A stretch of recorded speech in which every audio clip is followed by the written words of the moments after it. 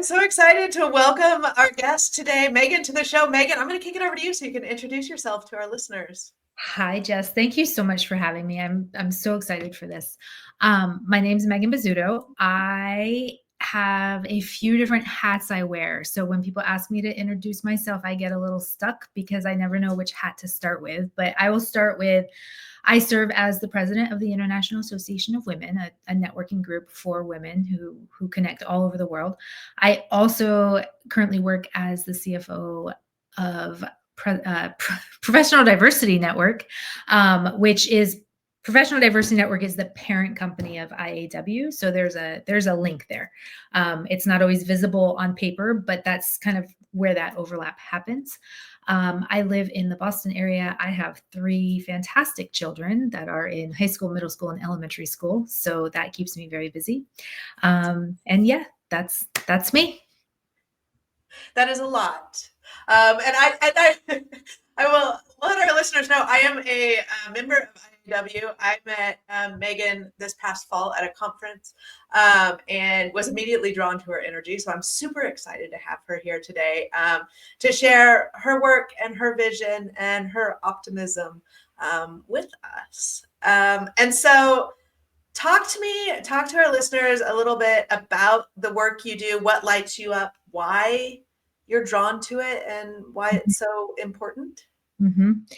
So if you had asked me, I don't know, 20 plus years ago when I graduated from college, what I'd be doing with my career, it would not be running a women's organization. And that's the work I tend to talk about because that's the work that lights me up. And that's what I feel like really drives that passion of showing up every day. I'm a very data-driven person. I have an accounting degree, but then I pivoted into marketing at some point in my life. And so combining the creative with the data to make decisions and drive good results is what I love doing. But I found this role at IAW back in 2017. I was freelancing at the time doing marketing consulting, and this opportunity landed in my lap through my network. And I was like, a women's organization, that's interesting. Like that's something I could use in my life. I've never been a part of a women's organization.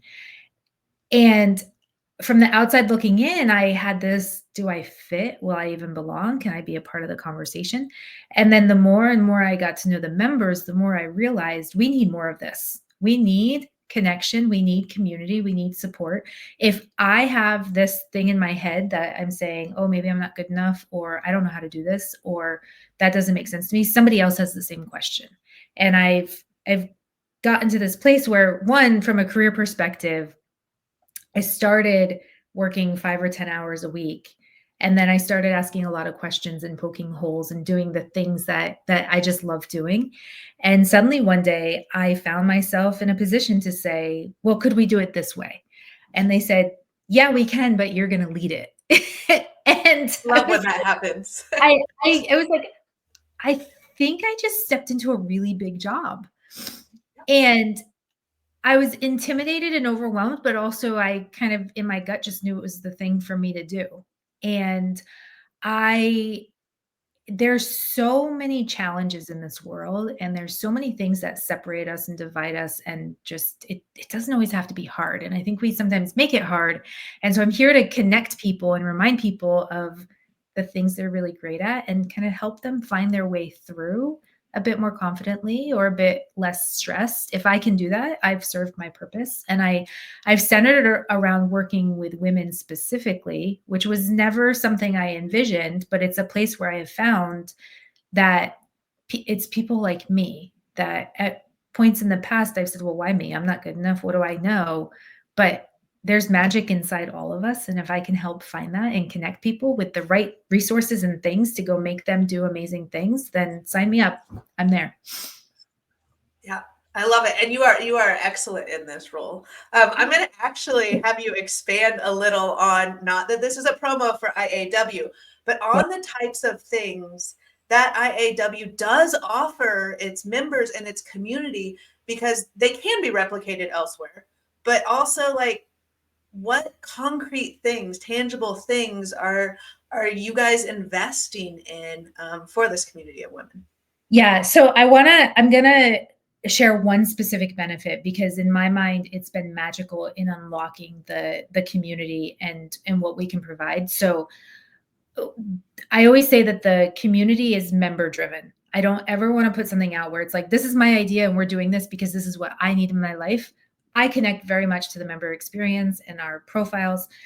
But we were having a team meeting once, and somebody threw out the idea of kicking off every week with a way to bring people together and tie people into their goals. We know women tend to put themselves at the bottom of their to-do list. Even if I say, this is the week, I'm going to eat healthy, I'm going to go to the gym, I'm going to drink all the water, the moment chaos strikes or the moment somebody comes in with a big request, all that goes to the bottom of the list. Yeah. So we said, what if, I don't remember, somebody on my team suggested this and I was all in. I was like, yeah, kick off every Monday. And they said, okay, you're going to be live every Monday at 12 o'clock. And at the time, that's a great idea. And then I was like, every Monday at 12 o'clock, I have to go live. Okay. But it has unlocked magic in both my own life of I suddenly have my stuff together on a Monday at 12 o'clock because I have to be prepared for the session for our members, but it serves that reminder for myself. Guess what? These are my priorities. I have them written down because that's what I talk about and that's what I do. And so Monday Mastermind is what it's called. It's 30 minutes. We ask, what did you accomplish last week? Or what are you celebrating? What is your win? Because that's such a big element of us acknowledging how far we've come. We ask, what are your three priorities for the week ahead? And we don't ask that because I need to know. I ask that because I want you to define it. I want you to say on Monday at 12 o'clock, these are the 3 things I have to get done. Because we all have the to-do list that is miles long, right? It's going to continue to grow. And until you get really clear on what your priorities are, you're going to constantly be chasing whatever is screaming the loudest. And so Monday Mastermind is just one of those things. The other thing we've tied into it is our Share Your Ask, where every Monday you get to say to the IAW community, this is how you can support me.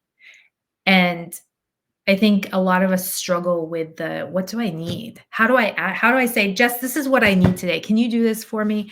But when you put it in a form and then I send it out to everybody, it suddenly is, oh yeah, I can ask for followers on social media. I can ask for a connection in this part of the world. I can do this. And so it's unlocked this 30-minute session of getting clear on priorities and what we're working on, but also tying it into support that you might need to get there. Yeah. I love it. I spend most of my Mondays with you at that time. It's interesting because to me, like I do this work, right? But I still don't always hold myself accountable to it. So that's the piece I love about it is I do love that at that time every Monday, I have to actually write down my goals for the week. Mm-hmm. Right? I write it down and then they get sent to me in an email and I'm like, oh, I gotta do them now, right? Like it's amazing. The accountability piece is amazing in all parts of your life, right? The moment you write it down for somebody else to see, it unlocks okay, now I have to do this. That's right.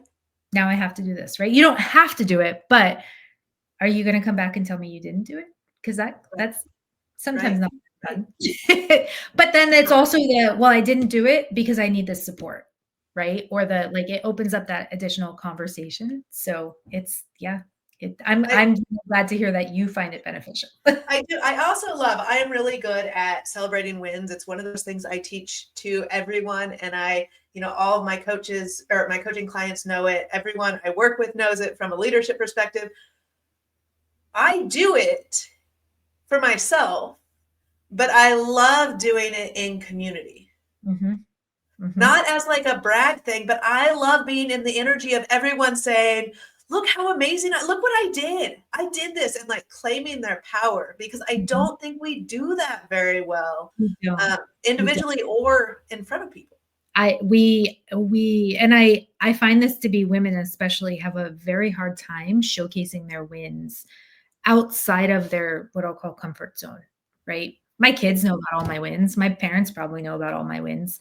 But to put it out in that public place and show people, be proud of what you're doing. It's always that I'm going to raise my hand and ask the question because that's going to help somebody else feel more comfortable too. And if I can say, hey, I did this thing last week and I'm really proud of it. It might seem really small to you, but guess what? It's a big deal to me.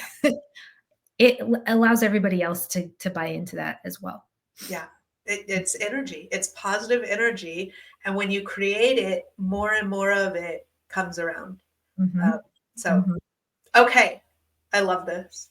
Um, Looking forward into the future, if you could design a future state of our world, um, of how women show up, of like, Mhm. what would your future vision be?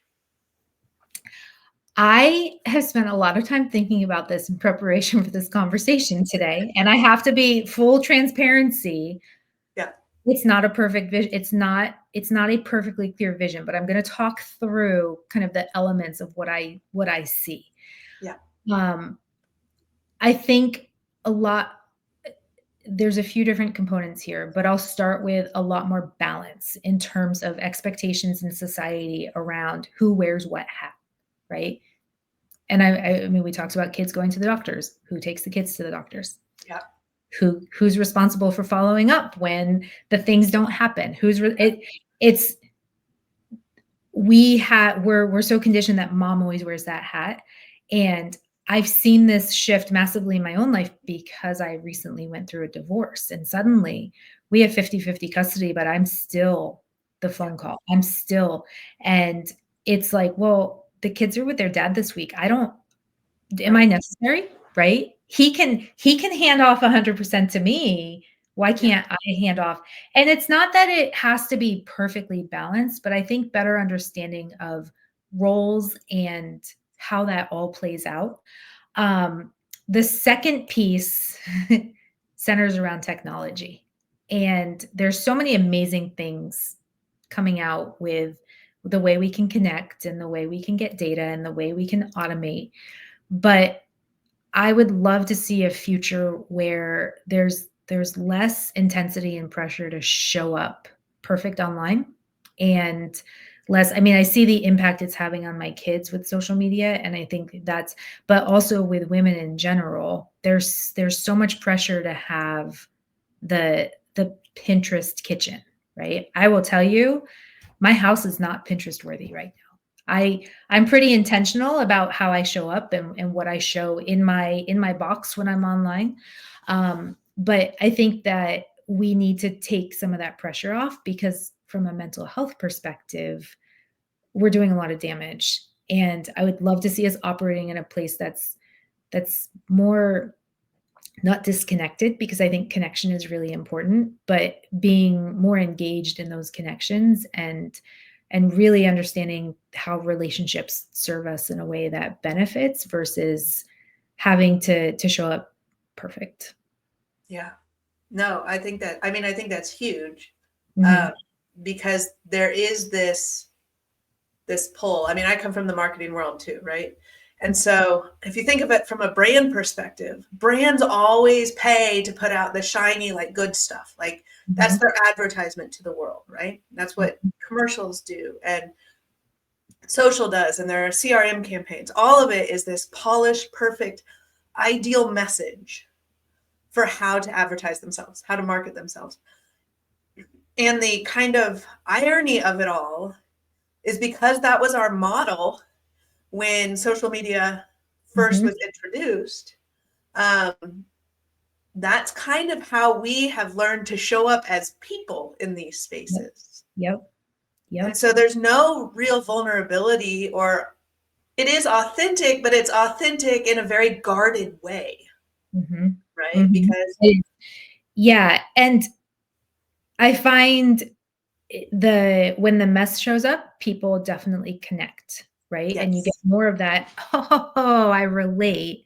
yes, But if you think back to, I mean, I grew up when there were no cell phones, and you had to call a landline, and you had yeah, to be tethered to the wall unless you had a cordless phone. That was really cool.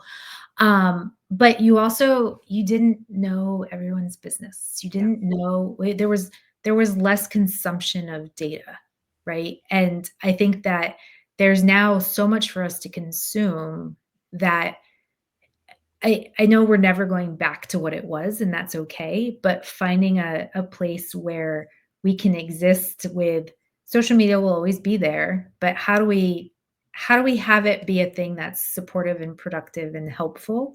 I think there's a lot of research and data that needs to be available to understand the Yeah. true benefits and the true risks. um, Yes. like, Yes. I mean, my Instagram habit is not going to go away, but can we curate different content, right? Can we make it more meaningful? Um, I I don't know. I think that we're doing a lot of damage with technology, and when I think about the future and looking at how much technology has evolved in the last 25 years, what's it going to be 25 years from now? Yeah. Yeah. It's kind of dizzying to think about. Yeah, because I mean, I think I got my first cell phone when I went away to college, Same. I think I was already in college. Um, and and it was Facebook a came out my senior year. Like that's yeah, of my college. I Yeah. was I was Facebook was after college for me. I remember my first phone was like a tiny little Nokia, and then Uh-huh. I had a Uh-huh. flip phone. Couldn't do anything on it except call. Um, Yep. and then in 2009, my first daughter was born. I moved to Shanghai, and Oh, yeah. I lived in China without this in my pocket. I had a cell phone. I had a phone number I could call that was my husband's assistant, and she spoke English and Chinese, so if I needed translation on the fly, I could do that. But I didn't have Yeah. easy access to maps and translators and information.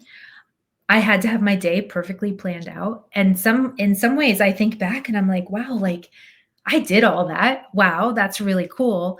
Yeah. But I also see the benefit in being completely untethered. In being I we were both at this where we met, the conference. Suzanne challenged us to put our phone on do not disturb for 1 hour, a I know. 1 hour break from technology. And I shared with somebody, it was that weekend. I actually was completely disconnected on the plane, and I had one of my most creative moments I've had in years because I had nothing else to think about. There's nothing else clogging my brain. Right. That's right. um, but it's hard to disconnect. Especially, I mean, yes, we can go into the brain science and the dopamine and how it's designed to do these things. Yep. But like when it was first rolled out, it was a tool of connection, and it is a tool of connection. Mhm. The reality is that we don't understand all the different ways and nuances that it is affecting how we show up in the world Mhm. Mhm. now. And Yeah. I think it goes back to your first piece of the vision too, the balance piece.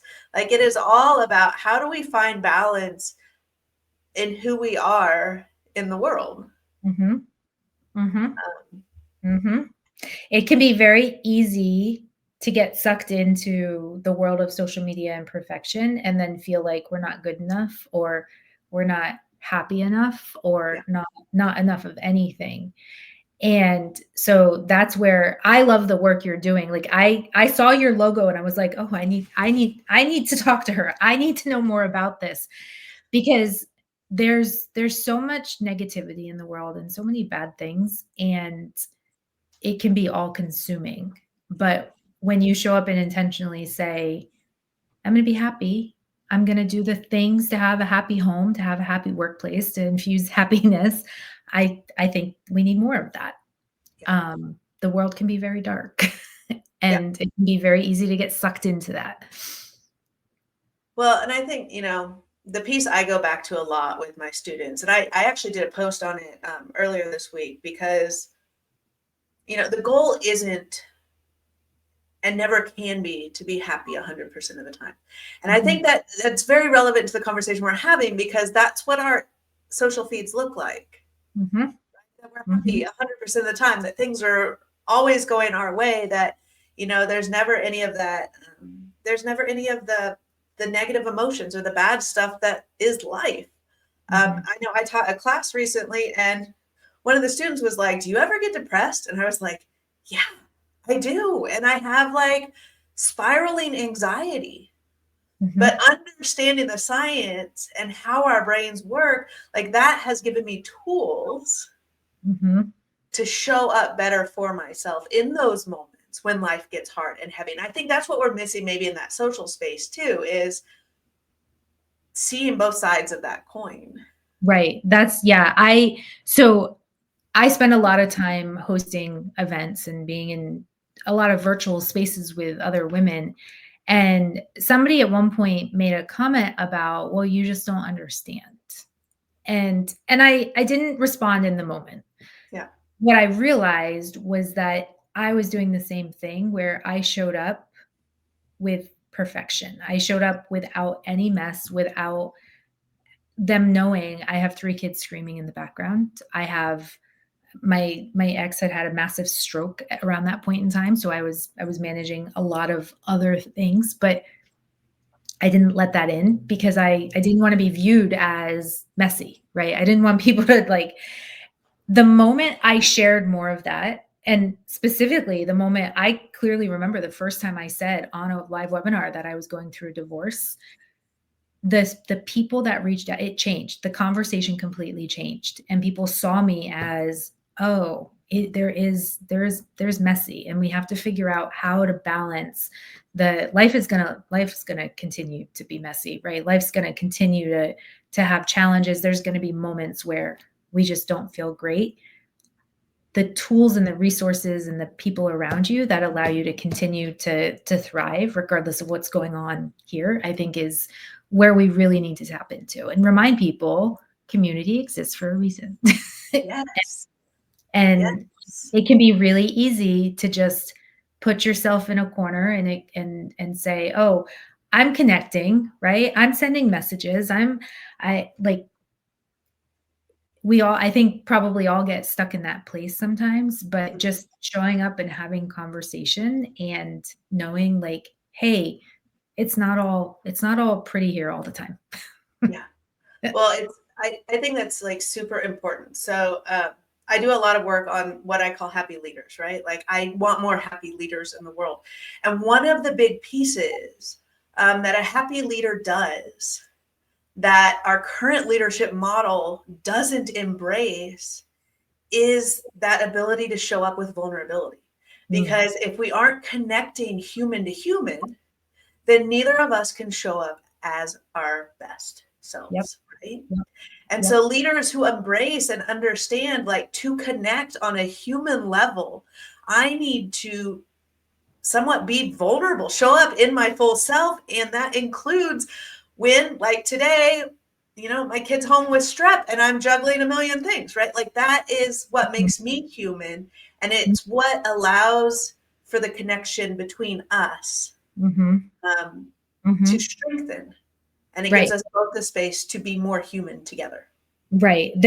So in my past, I have been the type that is like, okay, the kid's home with strep. We're not going to tell anybody. I'm going to just power through this. I'm going to pray they don't come in here. If they do, there's going to be a lot of hand motions, like shut the door.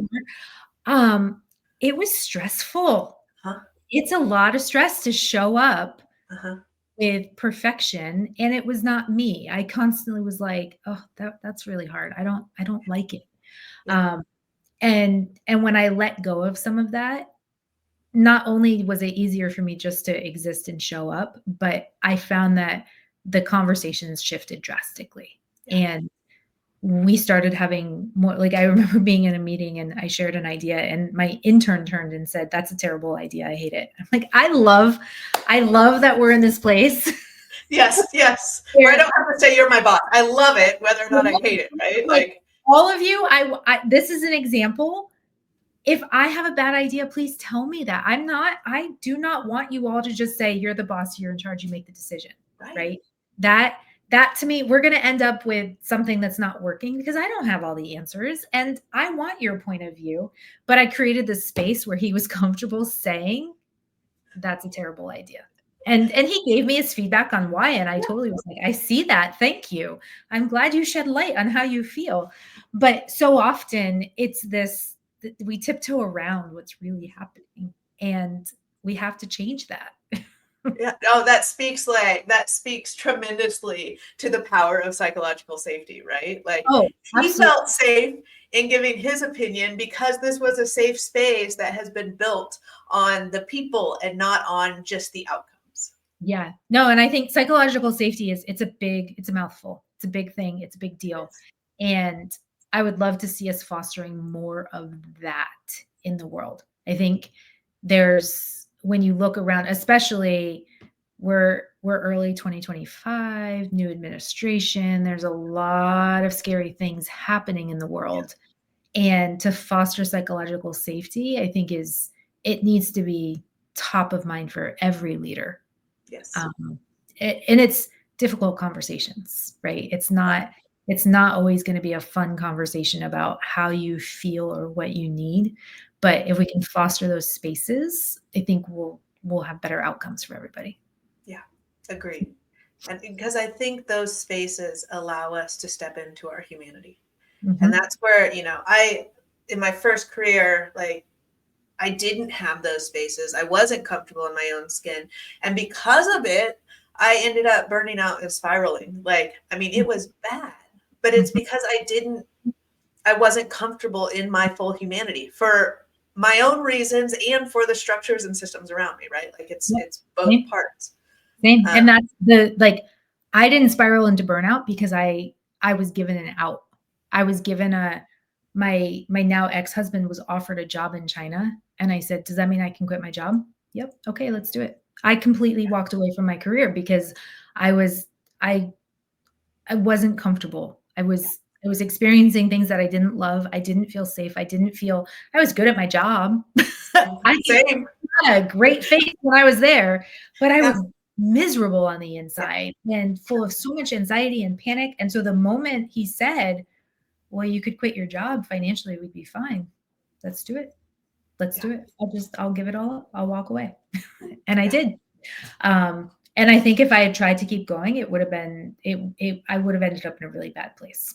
Yeah. So, mhm, Yeah. mhm, And I think what is so powerful about that experience and about my experience and the experience of so many people is that when we know that, we now have an understanding of the importance of the spaces that we can create and that we can influence, right? I don't know about you, but I'm assuming it was an awful experience that like I was so uncomfortable in my own skin. I was so scared of being found out, right? mhm, Like mhm, everyone thought my life was great. I was hitting all the markers I was supposed, checkbox, success, money, all of those things. And I was like so afraid to be found out that I was miserable and mhm, spiraling. And mhm. because of that experience, I mean, honestly, that's what led me into the happiness work. Because of that experience, like I don't want anyone to go through that. No, no. And I often say if me sharing my story and showing what was really going on for me helps somebody else find their way out of a bad situation or into a better place, I'm there to support it. And that's why I think IEW has been so powerful for me personally is it's given me a platform, access to a platform where I can do that. And I can say to people, well, how do you really feel? Yeah, Right? Creating those spaces where we can show up and be vulnerable and tune out some of the perfection and ideas people have. yeah, And it's not always easy, right? If you're financially dependent on a job, then there's a lot of stress that comes with oh that. yeah, yeah, Um, and so I'm not saying it's easy, but it's easier when you have people to do it with you. yes, yes. That's well, it's and that was my big shift last year. Was it just hit me that I didn't want to do it alone anymore. Mhm, And mhm, I was like, I'm over here with like the success only, it's only success if it's mine and I'm building it and I'm succeeding. And like one day I was like, I am like tired of this narrative and this spinning in my head. Even though I was building the business, like it felt harder than it needed to be. And so I was like, I'm going to find my people and build my community and find those spaces where I can show up and raise my hand and ask for help, and where I can also offer my story and experience to lift up others. Yeah. And so that is actually, I think, a fantastic point of for anyone listening where you feel like you're maybe alone or unsure of where to turn for support. It doesn't have, I invite you to have the conversation about IAW. I will always invite you in for the conversation. I know it's not for everybody, right? But go explore, go ask questions. Find, if you're in the right room, it's going to feel like the right room. If you're in the wrong room, you're going to feel it. It's going to be exhausting. And so go find the place where you can get support, but also give support, because it is a two-way street. And the more you give, the more you'll get. But I'm glad that Jess found IAW. I love having you as part of the community. And again, I invite anybody to come if you're like, hey, that Monday thing sounds really cool. Can I try it out? Yep. Just send me a message. I'll get you a link. Like it's low pressure. It's if it works for you, that's great. But I'm not going to sit here and say, you have to be here. You have to be here. At the end of the day, everybody has to do what's right for them. And just like, I often liken this to a gym membership, right? If you purchase a gym membership but never step foot in the door, you're not getting the benefit. And it's similar with finding any kind of community. There usually is some kind of investment, right? Because that's how we keep things running.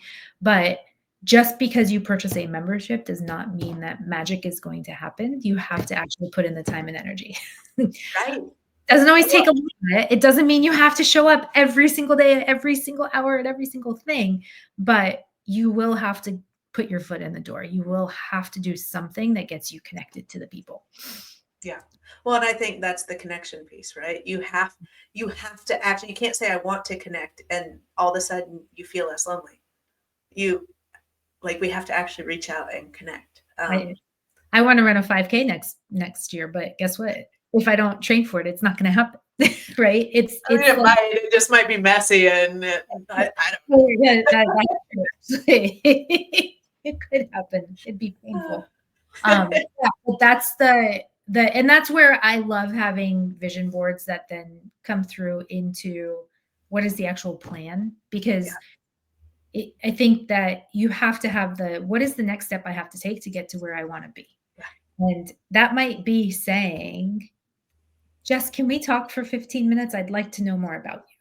Right. And it might feel awkward at times. It might feel like I often laugh because I run a women's organization that centers around a lot of networking.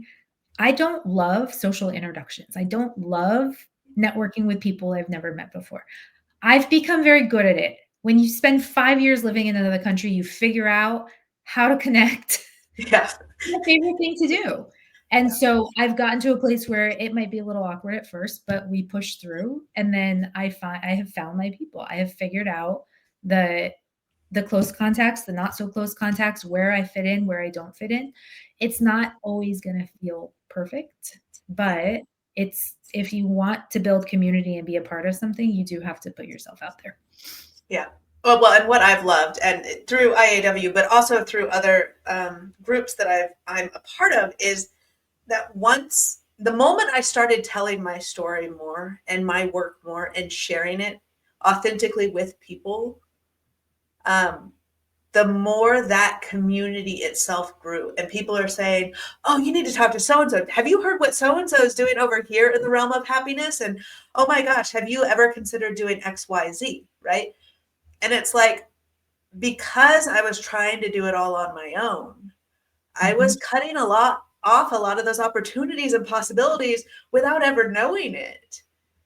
And so when we put ourselves out there and we share our story, it is an invitation for other people to be a part of your journey and to help you towards your vision, whatever that might be. Yeah, I'm a big fan of figuring out collaborations that work for people. So finding those connections and then saying maybe to do something together. That's right? It's because sometimes it's like, even if you want to host a webinar, right? Or if you both have podcasts, go on each other's podcasts. Even just having those conversations sometimes unlocks this is what I need to do next, or this is what I'm working on. And there's no need to do it all alone. Right. Okay. So you said something a second ago that I really loved. You said you were talking about, I love vision boards and all of that, but what good is a vision board without a roadmap or an action step to get there? So let's do that really quick. You have this vision of balance. You have this idea of how we can connect more authentically in our shared future. How do we do that? What's the roadmap, Megan? Oh boy. Oh Doesn't boy. have to be big. You don't have to have all the answers. I don't expect you to have all the answers. But how do we step into that vision? So on the balance piece, I think it's a lot of advocacy and shared story around what works for you, what doesn't work for you. I have a group of friends, and in this friend group, there's one couple where the dad does all the social planning, and we have conversations about it because I'm like, how did that come to be? How did that happen? The first time he reached out to me to plan a play date, I was like, where's your wife? Why is your wife not texting me? I think having more open dialogue and conversation about what balance means and how just allowing people to get more comfortable with saying, this is really out of balance. And this is where I see, for me, it's starting with myself first, right? Because I'm queen of like, I'll just do it myself. It's easier. Yeah. But then on the community and connection piece, for me, I think it centers around continuously inviting people to be a part of the conversation. So one of the things that I really, really lean into with IAW is I want everyone to always feel like they're welcome in the room, because so often we self-eliminate ourselves from a group. And I don't ever want people to walk in and feel like they can't be part of the conversation. I've walked into rooms or events before where I see the click. I see hey, they all know each other and nobody's making room in the circle. Nobody's like, hey. So I'm always that person of, if I see an outsider, if I see the person at the back of their room on their phone, like clearly trying to hide, I'll make an introduction. And often it's something around, I love your shoes, I love your earrings. It's something that sparks casual conversation. And so I think that first part is just inviting everybody in and knowing that, hey, this is a safe space and we're here for you. Beyond that, larger scale, it's really looking at the influence of social media and how we get our tiny humans on social media safely. Something I'm personally battling with my children.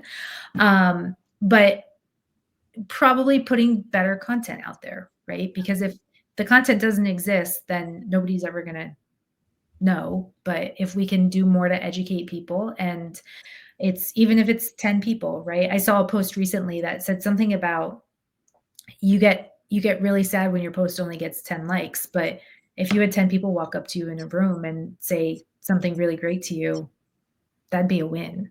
And so how do we do that, right? That like, hey, 10 people liked my post, and that's fantastic. Right. 10 people that didn't see it before. So really leaning into spreading that message and making people more aware. Yeah, I love that. Okay, before we wrap up here, because I know you and I could talk forever. I could talk forever with a lot of people, but you and I could. We could definitely talk forever. What is one thing our listeners could do when they finish this episode, when they finish listening? What is something they can immediately go and do as an action step toward this vision, toward more connection? Find a community. Either ask me for an invite to check out IAW. You don't even need an invite. You can go to our website and check out IAW. But if you're not already part of a community, find a community, but find a community where you can give first. Show up so that you can give, not take. The take will come. And if you're already part of a community, go give something of value today. It could be a book recommendation. It could be an introduction to somebody, right? It doesn't have to be big give, but really hone in on the giving first. Yeah, I love that. It's so simple too. It is. It's so simple. Yep. We should. Okay, so we're all going to go off and give is what we're going to do, which I love, and that's a great way to spend our time during these days giving. Yep. So. It is, and I will say, here, I'll make it easy. If someone's like, I don't know what to give, find me on LinkedIn and send me a book recommendation. Your favorite book, Ooh, any topic. I love reading books. I collect a lot of books. So I make it easy, right? I'm going to make an ask, love which it. makes it easy for you to give. I love it. Well, and that really is the power of learning how to make an ask. Mhm, Um, mhm. because when we finally, not finally, when we learn that we have the ability and the power to ask for what we need, Right. and we don't have to shoulder it all, you know, Mhm, mhm. I think about that a lot. Like if I had asked during all of these times that I actually need help, like the amount of suffering I would have avoided because I am always the first to answer when someone asks me something, but it was so hard for me. So I love just training and practicing asking for things Yep. so that the other person can give because we all want to give. It's just Oh, a lot of times we don't know how. yeah. Yeah. We So, always give it. Yeah. so go give Megan a book recommendation. Yes. On LinkedIn. We'll put her LinkedIn profile in the show notes for y'all. Mhm. Megan, thank you so much for your time today. Thank you for your light and your joy, and thank you. Thanks to you as well. I love the work you're doing, and I'm so happy to be a part of the conversation.